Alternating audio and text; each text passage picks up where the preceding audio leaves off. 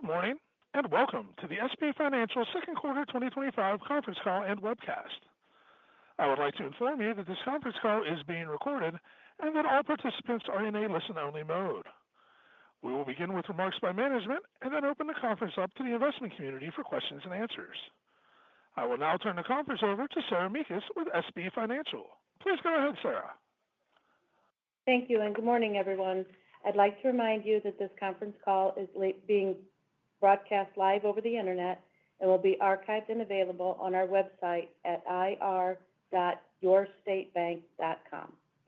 Joining me today are Mark Klein, Chairman, President, and CEO, Tony Cosentino, Chief Financial Officer, and Steve Walls, Chief Lending Officer.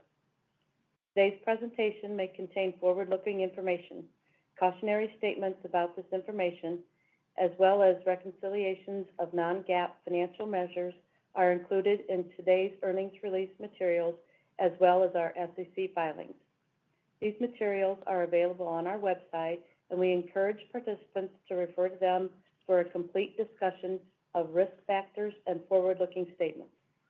These statements speak only as of the date made, and SB Financial undertakes no obligation to update them. I will now turn the call over to Mr. Klein. Thank you, Sarah, and good morning, everyone. Welcome to our second quarter 2025 conference call and webcast. We clearly approached this year with a fair bit of optimism that included favorable funding costs associated with our Marblehead acquisition, a much larger balance sheet from an expanded market presence, and a stable team of seasoned lenders, all bound by an improving economic environment. Well, 6 months in, we have met and exceeded our expectations. On a go-forward basis, we have positioned ourselves quite nicely to continue our trends and to outperform our peers in the second half of this year. For this quarter, net income was $3.9 million with diluted earnings per share of 60 cents, up 13 cents, or nearly 28% compared to the prior year quarter. When considering the servicing rights recapture, adjusted EPS was 58 cents for the quarter.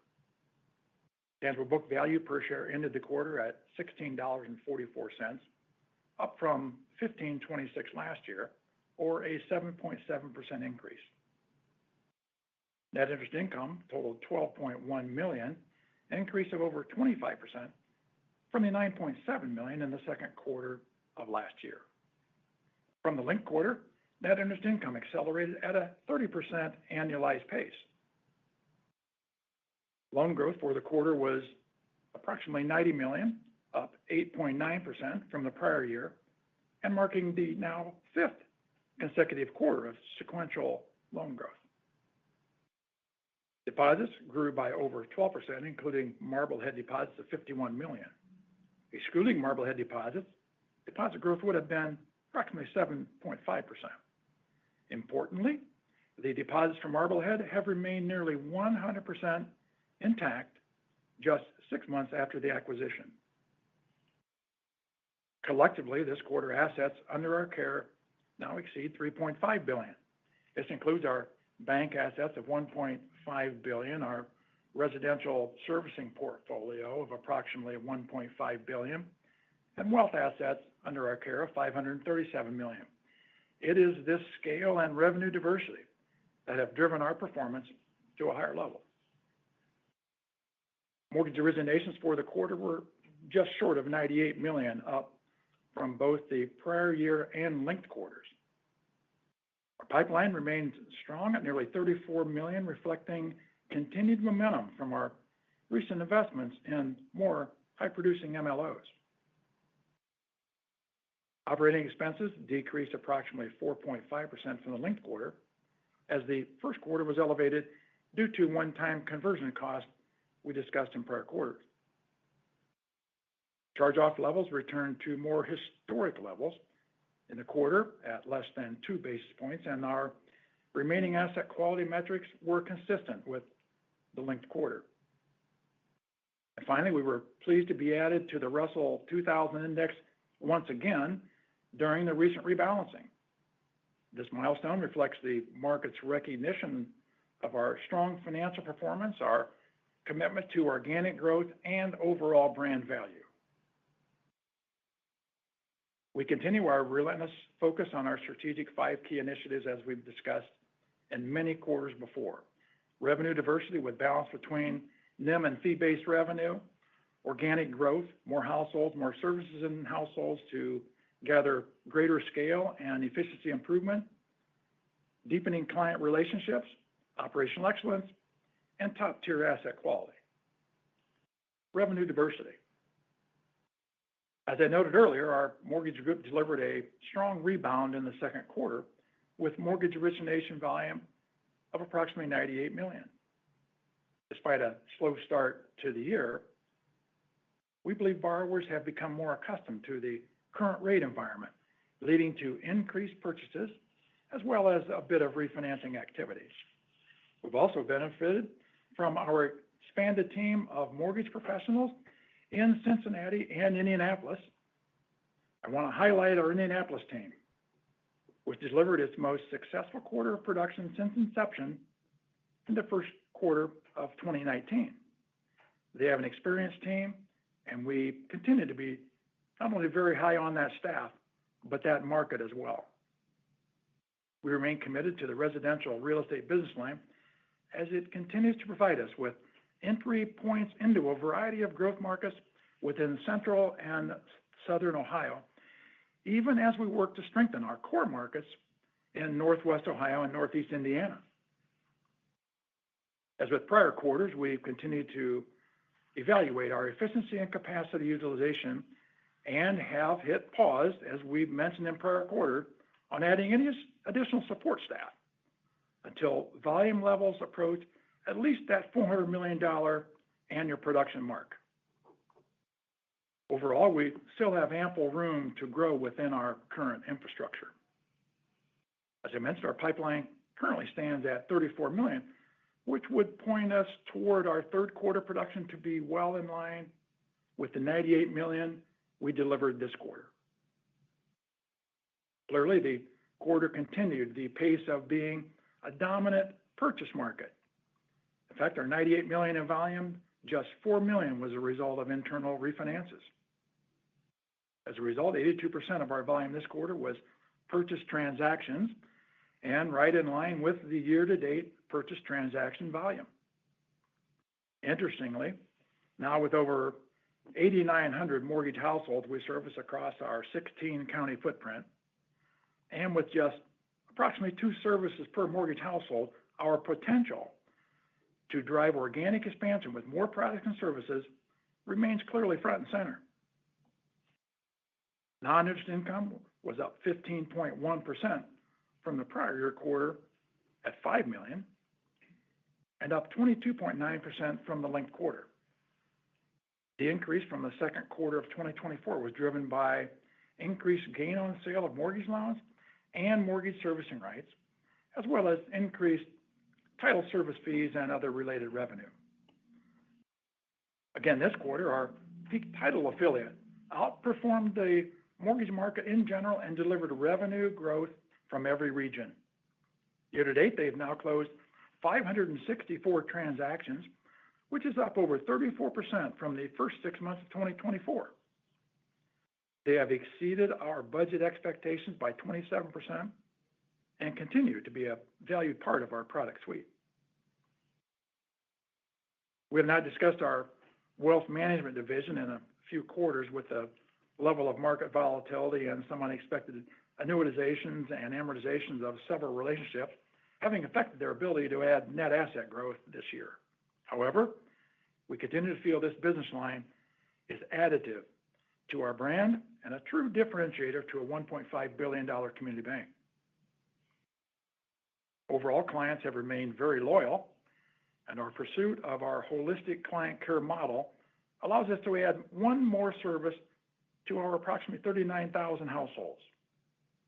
In addition, we are poised to announce a new strategic partnership in the coming quarter that will deliver more managerial and operational resources to the business line that will not only benefit our current client base, but will also potentially add more depth to our financial advisor skill set. On the scale front,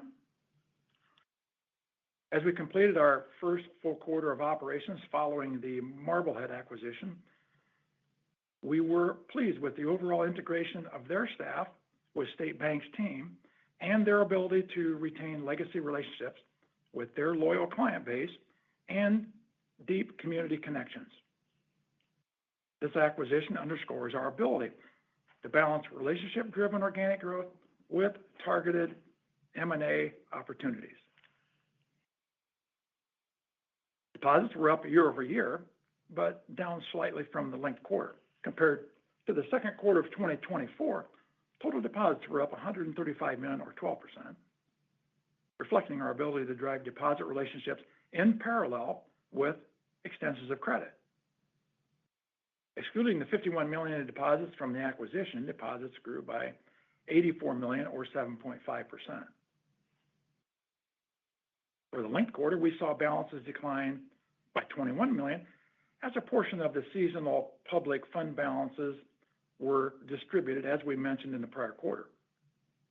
That said, we continue to have very positive conversations with clients and prospects alike on the Treasury side, as the current disruptions in our markets are opening up other opportunities to attract new commercial deposit relationships. As I mentioned, overall loan growth continues to be strong. When compared to the second quarter of 2024, our loan book grew $89 million or approximately 9% and $6.4 million, nearly 1% from the linked quarter. Adjusting for Marblehead, loan growth would have been $71 million or up 7.1% from the prior year. Our loan growth, coupled with stable funding costs that Tony will detail in a bit in our webcast, drove our net interest margin this quarter up 36 basis points to nearly 3.5%, which is the highest level we've experienced since the fourth quarter of 2022. Columbus has continued to provide positive momentum and is driving the bulk of our loan growth. That market is still very competitive, but our four commercial lenders have ramped up their calling efforts substantially in order to counter the competitive landscape. Our work to adjust our sales has led to our Columbus team adding new high-end relationships that will continue to drive growth beyond the $400 million loan book that we currently serve in that robust market. In terms of deepening existing relationships, more scope, more services in each household, we clearly take pride in the strength of our client relationships and remain focused on delivering the products and services our prospects want, while deepening relationships through innovative solutions that existing clients need. As a key element of that commitment, we continue to expand our hybrid office model that is geared to providing connectivity with clients through multiple communication channels and yet assist us with improving our operational efficiency. This is the exact model that will enable us to take market share in our newer expansion markets of Angola, Indiana, and soon to be Napoleon, Ohio. Additionally, we have heightened our pursuit of organic growth within our legacy markets that are experiencing significant disruption, including acquisitions, office closures, and/or consolidations. As these local market dynamics shift, we contend that customers will seek stability and care from an established partner like State Bank. In fact, to capitalize on this disruption and ensure regional and business line execution of our growth plans, we have identified specific corporate initiatives and regional growth goals. These measurable plans are designed to deliver us a greater percentage of the market that just might become available over the next 12 to 18 months as the crack in the landscape widens. With regard to operational excellence, compared to the prior year, commercial real estate loans grew by approximately $91 million, consumer loans increased by over $12 million, C&I loans decreased by $3.4 million, and agricultural loans also decreased by $3.4 million. As we review our total production, both on and off balance sheet, we delivered $166 million in loan volume across all business lines, which was up nearly 41% from the second quarter of 2024. Despite some short-term softness in the ag production arena, we remain quite positive on our ability to bolster long-term growth. Client loyalty remains high, as is our ability to customize solutions for our ag producers. Finally, we remain significant depository relationships with our client base that will undoubtedly open up more lending opportunities as capital needs arise. And finally, asset quality. We continue to reveal high levels of asset quality metrics. Charge-offs fell to less than 2 basis points from a slightly elevated in the first quarter. Non-performing assets totaled $6.2 million, and we remain focused on maintaining that strong asset quality, as demonstrated by our continued management of our criticized and classified loans, which stood at $7.2 million, up just slightly from $7.1 million in the linked quarter. Our allowance for credit losses remained robust at 1.43% of total loans and provided 265% coverage of non-performing assets. We continue to feel strongly that the credits that deteriorated in the early part of 2024 will be resolved in the short run with minimal financial impact. Resolving these credits will not only improve our asset quality metrics, but will also be accretive to our earnings with recaptured interest and fees. Now I'd like to turn the call over to Tony for a few more comments on our quarterly performance. Tony? Thanks, Mark, and good morning, everyone. Let me just outline some additional highlights and details of our second quarter results. First, an income statement review, starting with net interest income. Interest income has been the center post of our revenue expansion thus far in 2025, and our results this quarter reflect that growth. Specifically, our revenue from earning assets was $18.5 million, up $2.8 million, or 18% higher than the prior year. From the linked quarter, the growth was $1.1 million, which is a 25% annual growth rate and bodes well for our results in the second half of this year. Interest expense is also higher, but at a much lower level than the top line. For the quarter, interest expense was $6.3 million, up $344,000 from the prior year, or less than 6%. The yield on our interest-bearing liabilities is actually down from the prior year at 2.33% compared to 2.48% a year prior. As we look at non-interest income rose from both the prior year and the linked quarters, with the percentage of non-interest income to total revenue moving more in line with our historical averages at 29.4%. We did see the gain on sale of mortgage loans, title insurance, and other revenue contributing meaningfully to the year-over-year improvement, illustrating the value of a diversified revenue stream. Our total mortgage banking contribution this quarter of nearly $2.2 million was the highest since the first quarter of 2022. We continue to utilize a hedging program, which allows us to not only maximize gain potential, but also to minimize our rate exposure as the pipeline expands. The gain on sale yield thus far in 2025 is 2.13%, which is up from 2024 and just slightly below the historic average. Our sale percentage of originations of nearly 83% is ideal for the profitability model we need in this business line. Operating expenses decreased compared to the linked quarter, as the $725,000 of merger costs were accrued last quarter. As we compare operating expenses to the prior year, higher volume and inflation have resulted in the quarterly expense level of $11.9 million to be higher by $1.2 million, or 11%.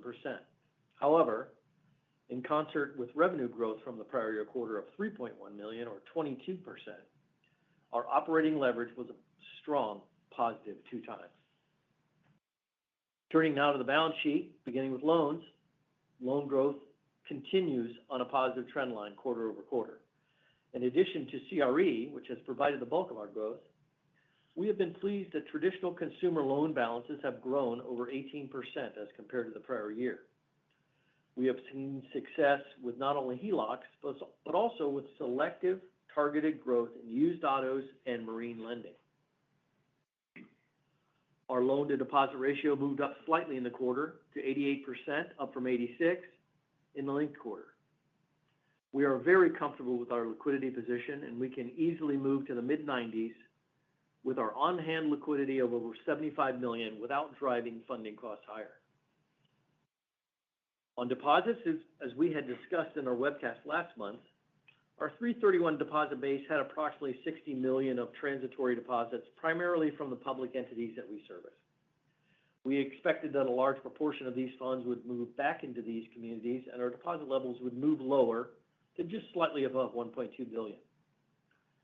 All of our deposit categories have moved higher since a year ago, and as Mark indicated, we are extremely pleased with the retention we have seen from the Marblehead deposits.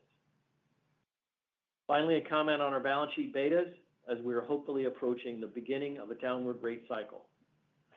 Since the third quarter of 24, our loan beta is 16 basis points, nearly equal to our cost of funds beta of 19 basis points. Concerning capital management, during the quarter, we repurchased 124,000 shares at an average price of just under 19, roughly 113% tangible book, and 91% of tangible book adjusted for AOCI. As Mark mentioned, our tangible book value per share was up 7.7% year over year and was up from the linked quarter by 65 cents, driven by a $1.4 million benefit on AOCI, higher earnings, and a slight reduction in share count. And finally, on asset quality, total delinquencies were slightly lower than the linked quarter at 51 basis points, with the bulk of that reduction in the 90-day plus category. And total provision expense for the quarter, $597,000, driven by a higher level of unfunded commitments and a slight weakening in the CECL economic factors, which drove our provision level higher. Optimistically, the second half of the year may move provision lower if the non-performing credits that Mark referenced are resolved in our favor as we anticipate and the economic metrics improve. Our allowance increased this quarter to $15.6 million, and we feel it is more than adequate based upon our underwriting strength and the anticipated level of growth in our loan portfolio. I'll now turn the call back over to Mark. Thank you, Tony. We certainly remain very encouraged by our potential to deliver a strong performance in the second half of 2025.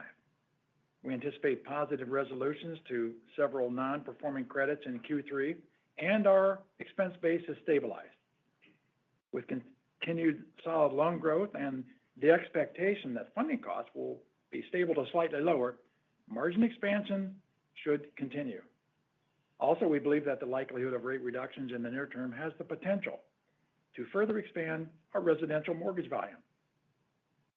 We announced a dividend this past week of 15 cents per share, equating to approximately 3.16% yield and 25% of our earnings, which, as Tony mentioned, is in line with our long-term average of approximately 30%. We have consistently raised our payouts annually since we restarted the common dividend over 12 years ago. In closing, we remain quite pleased with the potential to grow our expanded region with the addition of Marblehead, and we are aggressively pursuing growth in markets where our competition presents us with more opportunities. We intend to focus on driving our organic balance sheet growth while maintaining discipline on operating efficiency, cost management, and potentially opportunistic acquisitions. Now, let's open the call up for questions for us for the second quarter. Sarah? Thank you. We are now ready for your questions. Thank you. If you'd like to ask a question, please press star then one on your telephone keypad. If your question has already been addressed and you'd like to remove yourself from queue, please press star then two. Today's first question comes from Brian Martin at Janney Montgomery. Please go ahead. Hey, good morning, guys. Morning, Brian. Hey, Mark, maybe you could just start with just two short comment on the mortgage outlook. It seems pretty optimistic given, you called out Indy, but just kind of getting back to at least, for the full year, kind of getting back to around 300 million or 300 million plus. That seems pretty achievable as you sit today, given, the potential for lower rates and kind of the momentum in Indy. And so maybe just a little comment on that, if you could. Yeah, absolutely. We have approximately, I think, 28 or 29 MLOs. They're high producers. We've got the back room to support them. Really, two of our higher potential markets of Cincinnati and Indianapolis are just gaining traction. Their potential is, as you might expect, is quite high. And we're very bullish, not only, as I mentioned, on the teams, but also the markets. So I continue to remain very optimistic. And if we get a little play, Brian, on the 10-year, we could see that magical 400 number and beyond, because Tony and I have talked before, bottoming at 216 million a year ago. We think it's just going to be the impetus to getting back to more of that 500 million that we've always contended we're built for. So remain optimistic with the number of producers, and we certainly have the back room to pull it off. And I think Tony's done a really nice job on the hedging position that we take, which really allows us to forward contract and make commitments with a pretty high pull-through from all of our lenders and all of our markets. Gotcha. Okay, that's helpful. And just, Tony, the gain on sale margin, pretty consistent with where it's kind of been. No big movement one way or the other on how we think about that. Yeah, I think we were down just slightly, maybe from historical. I think generally pricing has been a little tighter this year. I do think it's going to be in that 215 to 2.25 range, on out for the rest of 25 and into 26. That seems to be where the market is kind of settled at this point. Gotcha. Okay. And then maybe just a little bit, whomever, on just the optimism on the loan growth. It was, about what, I think 6 million for the quarter. I guess just in thinking about, the back half, it sounds like you're pretty optimistic. So just kind of the run rate picking up from here sounds like it could be, I don't know if there were, maybe payoffs in the quarter or just maybe slow this quarter down a little bit, but just what's the pipeline look like and and kind of how you're thinking about, the next 12 to 18 months on the loan growth side? Yeah, Steve can certainly chime in here, but as you know, Brian, as you've heard a number of quarters, Columbus, remains the shining star. We continue to find great traction in CRE in that market. C&I is a little harder to come by. But again, we've got a number of seasoned commercial lenders. We just announced a plan to take market share from the disruption, as I mentioned in the webcast.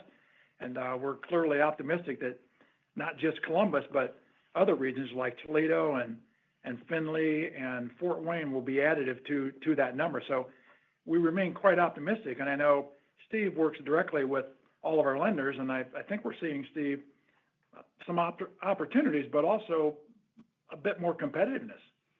Yeah, no question, Mark. I think we remain optimistic about the run rate. Certainly, Brian, that we've enjoyed here, as Mark pointed out. We do have a strong seasoned lending team that we aggressively call. There isn't necessarily a secret sauce to how we're doing this. We remain confident that we will continue to deliver those results. As Mark points out, competition is definitely stiff, but it's not something we shy away from. We're confident when we walk in the door. So I think the run rate we're on right now remains sustainable. Okay, and the pipeline today, where does that stand? I mean, relative, like if you look at last quarter, this quarter, and were there any payoffs in the quarter that, kind of clipped this quarter a little bit slower than maybe I thought it would be? Or is it, is that just, like you say, more competition related? There were some modest payoffs, Brian. Nothing I would say is out of the ordinary. Yeah, nothing too out of the ordinary. We had a couple of things we expected to draw a little more in this quarter that were somewhat delayed by borrowers' cash, but I think we remain very comfortable with our pipeline. And Brian, just a comment, we certainly have a number of sizable credits that, again, we continue to stumble upon as we've identified disruption in the market. So we're well prepared to take advantage of the opportunities that are out there in the marketplace. And I'll just add on, Brian, I think as we've said in the past, we probably have 40-ish type million of undrawn construction type projects that those loans are closed. We have no issue with those that are going to fully fund here between now and call it first, second quarter of 26. So we think that's a baseline of, call it 10 to 15 million a quarter of volume that's going to fund up. That's in addition to, kind of our regular calling and new activity that we've got on the street. The nice thing, Brian, last comment, nice thing is, as our rates adjust on credits that are rolling to maturity, they're rolling to a higher rate, and the good part is they're going to have to pay the same number somewhere else. So Yes. They're staying put, which has allowed us to do what we've said we've done on the NIM expansion. Right. Yeah, which is just one question, or you're just on the outlook. It sounds like the margin's got a nice tailwind, Tony, or just the cost of deposits, the cost of funding is, pretty stable here, absent, some Fed action. So that feels like it's stabilized. Maybe there's a little room for incremental improvement, but the continued repricing within the loan book and remix of the bonds still seems like that the margin's got a bit of a tailwind. And just kind of thinking, over the next couple quarters, kind of where you see the margin kind of more stabilizing once you continue to get a little bit of benefit here. Yeah, I think, I think rightly or wrongly, I've underestimated how much the margin has improved for us in the last, call it 3-4 quarters. It has outpaced us. I think our ability to retain deposits and not having to chase yield on the funding costs has been effective. And we've retained, I don't know, Steve, probably 90% of everything that's rolled over, because our pricing on 3 and 5 year FHLB repricing is not that demonstrably far from what the market is. So those customers are naturally rolling up the curve. We continue to have, we're fairly short term on our loan book. So we continue to have, call it 100 to 150 million out every 12 months that's going to reprice at least for the next year and a half to 2 years. That's going to move up, call it 150 to 200 basis points. So if we're able to retain those and keep funding costs where they are, you're right, margin has to have forward momentum. Okay. And just a longer term, like Tony, where do you think the margin can stabilize given kind of the environment we're in today? Obviously much better than it has been. Where do you see it kind of, flatlining once you kind of continue to get through some of the potential benefit we get from, kind of the rate, the environment we're in? Yeah, I think we're probably up another 10-ish basis points here in Q3, and it probably peaks out at, call it, that 370 number. And if we can hold a 370 margin on our balance sheet, that's going to be a great day. I do know funding pressure is going to come. There's no question in my mind.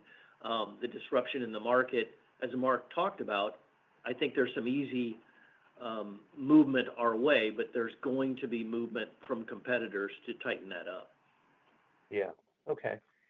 And you guys talked about some improvement on the credit side, those credits that came on, early last year. So I guess that's the potential to maybe see a little bit of lift in, or benefit on the provision side if you get some recoveries. Is that kind of how you're thinking about it, at least in the short term? Yeah, I think, by even a fairly conservative estimate, we feel we're going to drop non-performing by 1.5 million or so here in Q3. And in addition to kind of recapture, as we talked about, interest and fees, we think that dynamic is going to give our overall asset quality, significant opportunities that, I don't know that we'll be taking reserve back, but we certainly, in all likelihood, we put $1 million aside thus far in provision through the first 6 months. I just don't see that pace in the second half of the year. Yeah, if credit holds and you get some of this benefit, more just lift there. So, yeah. Okay.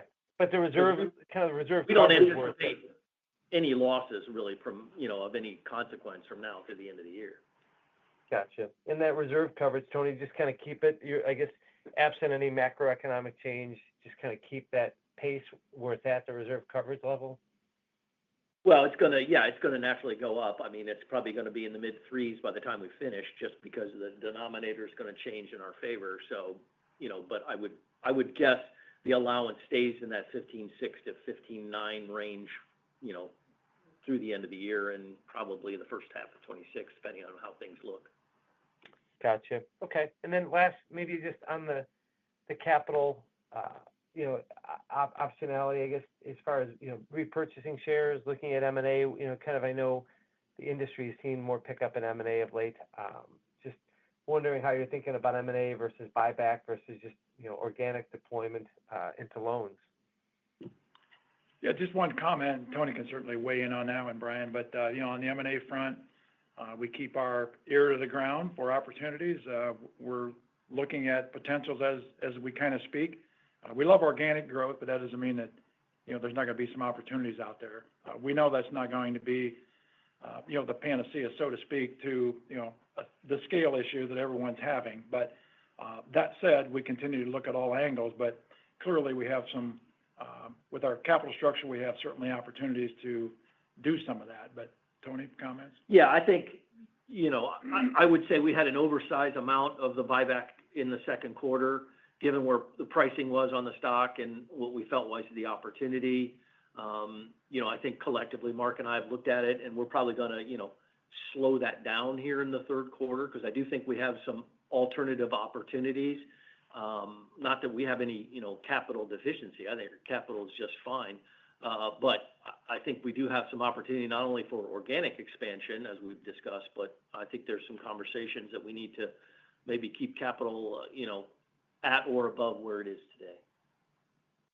Gotcha. And then a last one from me, just on the expenses. It sounds like, a really nice job on that front. Just any big changes to the kind of the run rates where we're at today in terms of, I know you talked about not adding some staff to the mortgage, obviously, if you don't get a little bit more scale, but elsewhere, kind of investments, this level's reasonably good, maybe a little bit of growth from today's level. Just any thoughts there? And Well, clearly, Brian, as we've communicated in many quarters, we got a variable-based compensation plan across the board. We do well. Our staff does well. That's including non-mortgage producers. But clearly, as mortgage production rises, expenses will go up. But moral of the story is the scale that we've realized of recent is certainly helping us to deliver, a better ROA at that nearly that 1% level and higher, which is certainly, the long-term goal always. But that said, we continue to fight that battle because expenses aren't going to go down, and certainly technology continues to drive our expense level up. But that said, we know what the job to be done is, and that's organic growth at most cost. So we're optimistic about where we're at today, and we think we can continue to drive performance higher. Gotcha. Okay. I think that's all I had, guys. Thanks for taking the questions, and congrats on a nice quarter.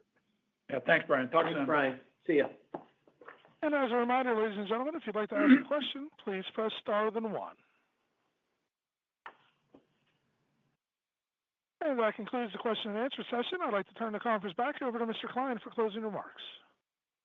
Thank you, sir. Thanks for joining us this morning. Nice to have you with us. We certainly look forward to speaking with you on our third quarter 2025 results soon in October. Take care. Thank you, sir.